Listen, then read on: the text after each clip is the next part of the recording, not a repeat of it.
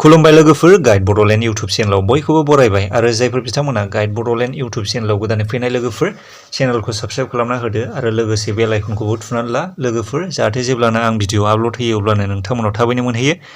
ओमफ्राय लोगोफोर आं नोंथांमोनाव गुरैयै खावलायनो नागिरदों जायफोर बिथांमोना गाइड बड'लेण्ड इउटुब चेनेलखौ अनसायदों थिग बेबायदिनो हिन्दीनि इउटुब चेनेल आंनिनो इउटुब चेनेल लोगोफोर बियो रौ रतन 47 इउटुब चेनेलनि नामा बे रौ रतन 47 इउटुब चेनेलखौबो अनसायगोन होननानै आसा खालामबाय लोगोफोर आङो नोंथांमोननो बे भिडिअनि स्क्रिनाव होना होगोन नेमखौ बे रौ रतन 47 इउटुब चेनेलनि नेमखौ नोंथांमोना बे नेमखौ टाइप खालामनानै सार्च खालामहैनानै भिजिट खालामहैनो हागोन लोगोफोर बे रौ रतन 47 इउटुब चेनेलाव हिन्दीनि कन्टेन्ट होनाय दं लोगोफोर नोंथांमोना भिजिट खालामहैबानो जाहैबाय। ओमफ्राय लोगोफोर दिनैनि भिडिअआ जागोन बाबा गणेशनि बादै बाबा गणेशखौ जोङो फुजा होनाय समाव जों मा नेमखान्थिफोर एबा मा नेमखान्थिफोरखौ जोङो मानिनानै सोलिनानै जों बाबा गणेशखौ फुजा होनाय जायो आं बेनि बादै नोंथांमोननो फोरमायगोन नोंथांमोना भिडिअखौ उइदाउट स्किप नायलांबाय थाबानो जाहैबाय लोगोफोर। अब्ला नोंथांमोननो आं फारि फारि फोरमायलांना होसै लोगोफोर।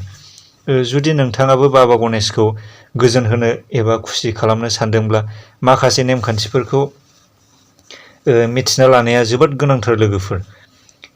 जुदि नोङो बाबा गणेशखौ फुजिनोब्ला एबा गोजोन होनो सानदोंब्ला नोङो बुधबार बारायाव बाबा गणेशनि थाखाय गोथार सान होननानै गोदोनि बेद पुरान एबा कालिका पुरानफ्राव फोरमायनाय दं लोगोफोर। बेनिखायनो बुधबार बारायाव बाबा गणेशखौ फुजा होयोब्ला जोंनि थांनानै थानाय समाव मावनो लानाय खामानि दामानिफोरा जाफुंसारो होनना फोथायनाय जायो। मानोना हिन्दु धोरोमाव बाबा गणेशखौ जोङो रांखावरि धोन सम्पति सोरजिनाय एबा बिजनेस मावनायफोराव मुलाम्फा जाहोनायाव मदद होग्रा आनान गसाइ एबा इसोर होननानै जोङो जोंनि हिन्दु धोरोमाव एबा जोंनि ब्रह्म धोरोमाव फोथायनाय जायो लोगोफोर। बेनिखायनो बुधबार बारायाव बाबा गणेशखौ फुजा होयोब्ला मोजां जायो एबा जोंनि थांनानै थानाय एबा जोंनि संसार जानाय समाव एबा संसार जानाय जिउआव मोजां जायो होननानै फोथायनाय जायो लोगोफोर।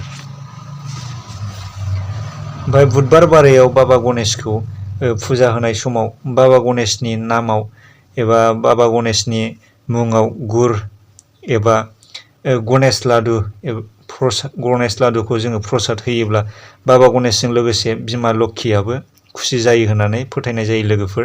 बेबादिनो फुजा होबाय थायोब्ला बाबा गणेशनि नामाव फुजा होबाय थायोब्ला नोंथांनाव माब्लाबाबो रांखावरि एबा धोन सम्पतिनि खमि जानाय नङा होननानै गोदोनिफ्रायनो शास्त्रआव फोथायबोनाय दं लोगोफोर। ओमफ्राय बुधबार बारायाव बाबा गणेशनो फुजा होनाय समाव जुदि नोङो दों 21था दुब्रि हाग्राखौ होफानानै खुलुमोब्ला बाबा गणेशआ खुसि जायो होननानैबो फोथायनाय जायो लोगोफोर। आरो बुधबार बारायाव मोसौनो एबा मोसौ गाय एबा मोसौ हालुवा जायखिया मोसौनो नोङो गोथां गांसो जाहोयोब्ला न'खरनि धोन सम्पतिया बारायो होननानै फोथायनाय जायो लोगोफोर।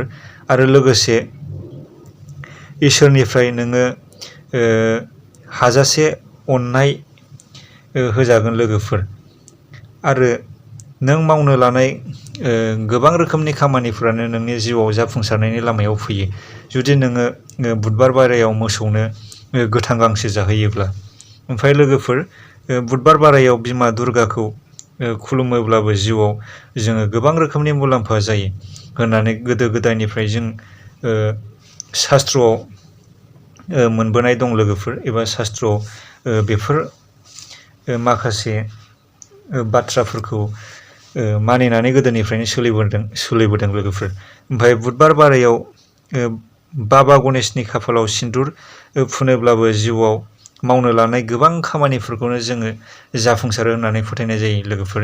मानोना बाबा गणेशआनो जोंनि थांनानै थानाय समाव जोंनि बिजनेस मावनाय हक जोंनि माबा मोनसे रांखावरिनि कारबार खालामनाय हक बेफोराव बाबा गणेशखौनो जोङो जोंनि बेफोर रांखावरिनि एबा धोन सम्पथिनि एबा बिजनेस मावनायफोराव हेफाजाब होग्रा एबा मदद खालामग्रा आनान गसाइ होननानै जोङो हिन्दु धोरोमाव एबा जोंनि ब्रह्म धोरोमाव फोथायनाय जायो लोगोफोर। ओमफ्राय लोगोफोर दिनैनि भिडिअआ बेनोसैमोन।